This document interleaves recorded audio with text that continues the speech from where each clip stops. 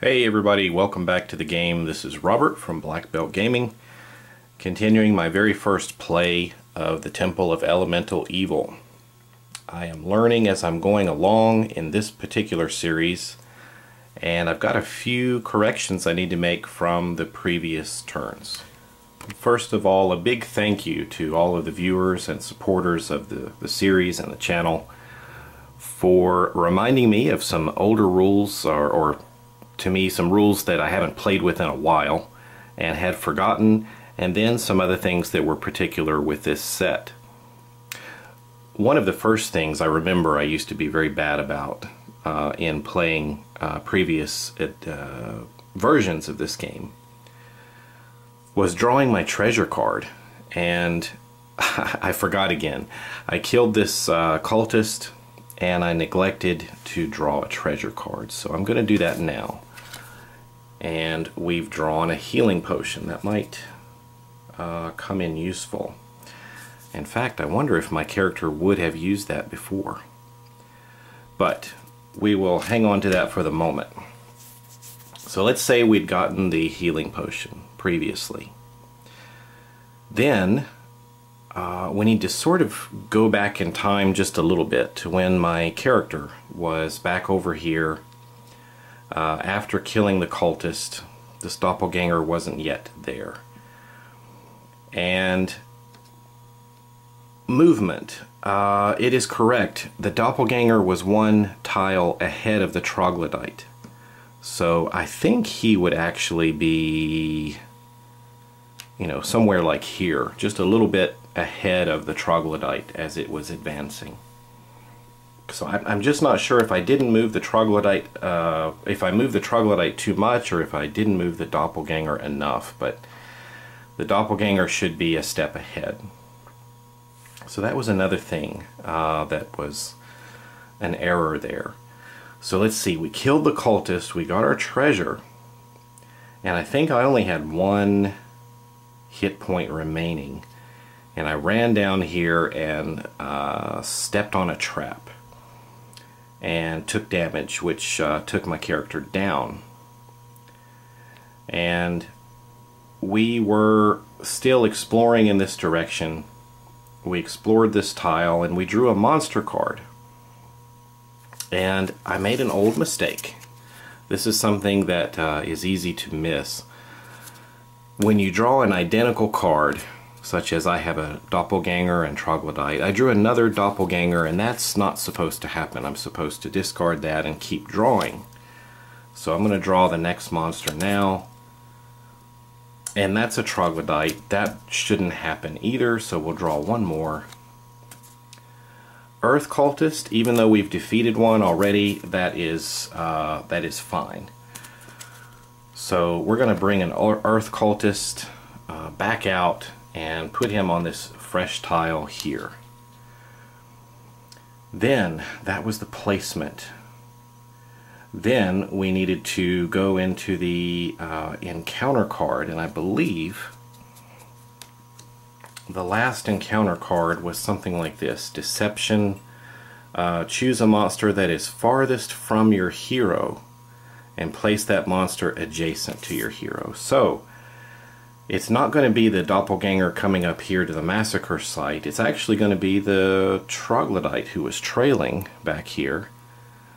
He's going to come up here adjacent to my hero.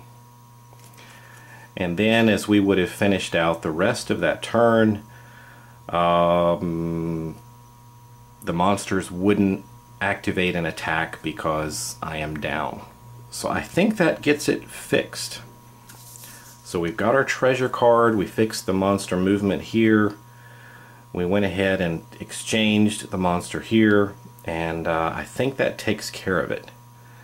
At least good enough that we can continue playing. So I'm going to start here and head into the next turn.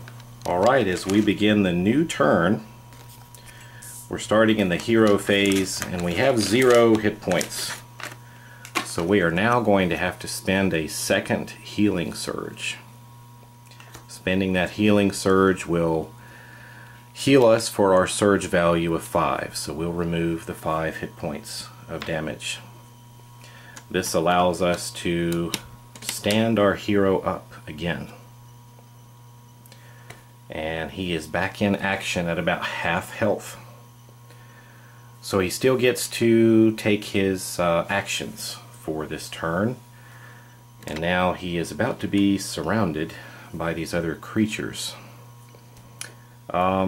Maybe the first thing we'll want to do is use that treasure that we recently gained, which is the healing potion. And it says we use this during the hero phase, and we can gain back 2 hit points, and we need to discard this after it's used. So that is good. That healing potion will take 2 of these damage tokens off and put us at only 3 points of damage.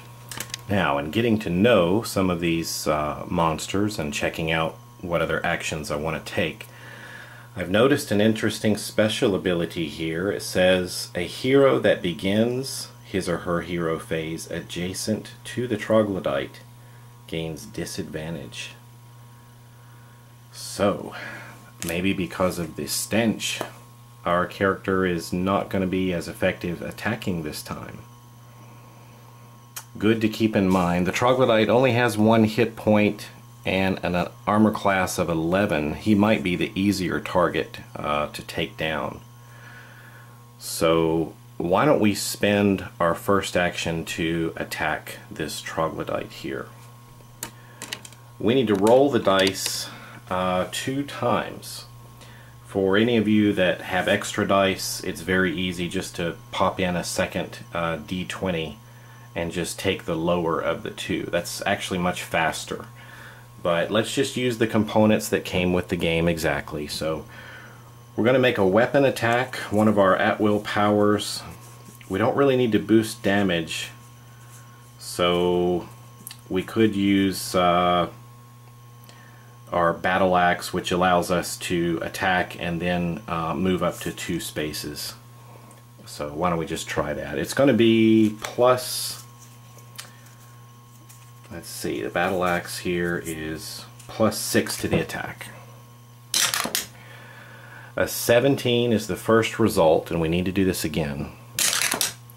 And a 3 is the second result. So we've got to take the 3. And that's going to be a miss. So not enough to hit even the troglodyte's low armor class due to the very bad smell. So we're at disadvantage, our attack misses, and we're allowed to move 2 spaces. 1, 2. That puts us on the edge of a tile. And we still have movement points allowed. And I don't think we can exchange those to take another action. You can always use your other action to make another move, but I don't think you can take 2 actions in the same move. It has to be movement and then 1 action on your turn. So I think that's going to end it for us, and we're going to move into the next phase. So we're exploring in this direction. We draw our next tile. Yet another black triangle. It could just be poor shuffling on my part due to this being my first playthrough here. But we've got some traps to set up. 4 more down here. Let's get those done. Alright, the traps are set. Now we're moving into the villain phase. We don't need to draw any monsters right now, but the first thing we have to process is the encounter card, and we have Rage of Imix. Even a candle fire can grow into a blaze. It says place a Rage of Imix token on your hero's tile. Each hero on a tile with a Rage of Imix token takes 2 damage. Well, after a little hunting, I found the Rage of, I believe it's Imix. That goes on our tile, I guess anywhere. And once again, it says each hero on a tile with the Rage of Imix token takes 2 damage. and you're supposed to discard this card after playing it. Now there's something we can do here. If we don't like this, we can spend experience points to cancel it. So that's a possibility. We're going to take 2 damage on this turn, and we've got traps down to the south, and I may want to explore in this direction, so we may be on this tile for a little while. Maybe we want to cancel that.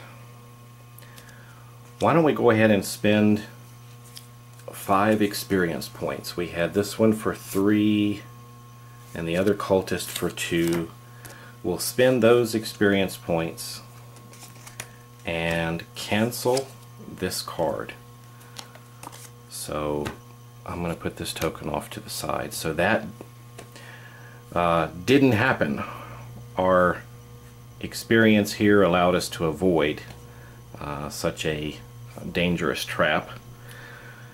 And then we move on to the monster activation. And taking these in order, I believe, here's my telephone again, I believe we had the doppelganger first. So the doppelganger is up here. He's just going to move down, getting closer. The troglodyte was next. Let's see what he says he's going to do. He says if he's within 1 tile, he moves adjacent and attacks with diseased claws. So I guess he'll just move up.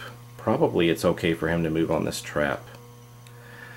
And we are technically adjacent there, so he can make his attack roll.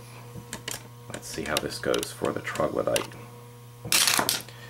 And he rolled a 1. Good for us. So the diseased claws miss, and now we need to activate the earth cultist, our newest bad guy on the board. It says he's going to move adjacent if he's within 1 tile. So he's going to move up and attack us with his club, his stone club, and he's got +7 to his attack. And that's not good enough. We were able to successfully defend against both of those attacks. So good. We actually made it through 1 turn without taking any damage. Amazing. And that's going to pretty much finish up the villain phase. Okay, we're back and ready to begin a new turn with Alaros, the human fighter. He survived last round without taking any damage. His move. Why don't we move him over in this direction? Hopefully we're getting close to our end game tile. He's going to move several steps. Maybe we should attack before we go. Why don't we do that? That would be better. That would be better. We're once again starting next to this troglodyte, which is bad news for us. That's going to be disadvantage on the attack roll. But let's see if we have any better luck. Let's attack the troglodyte because I hate getting disadvantage and his armor class is not that great. So we need to roll twice again. We're using just one of our basic attacks. So we're only going to be having a +6 to this attack roll. That's going to be a miss. That's a 4. So even with 6, that's going to be a 10. And that's already not enough to hit the troglodyte. So even if we rolled higher, it wouldn't count. If we rolled lower, it would still be a miss. So that's no good. We'll spend his movement to get over here to the edge. So he's kind of doing a tactical retreat and trying to check out what's over in this direction. So that's going to end the hero phase. Let's go ahead and draw our next tile. And this is the guard room, and finally a white triangle for us. This may be the tile we were after. Let's check the rule book and see if there's anything we need to cover when we draw the guard room. Alright, this special adventure rules. It says, when a hero reveals the guard room tile, read. Daylight at last. Only a few guardians, only a final few guardians stand between you and freedom. So, things are looking up, I think. It says, place the start tile next to the closest unexplored edge of the guard room tile. Let's do that. I would say the closest unexplored edge would just be down this way. So we'll put the start tile there and continuing look over the rules.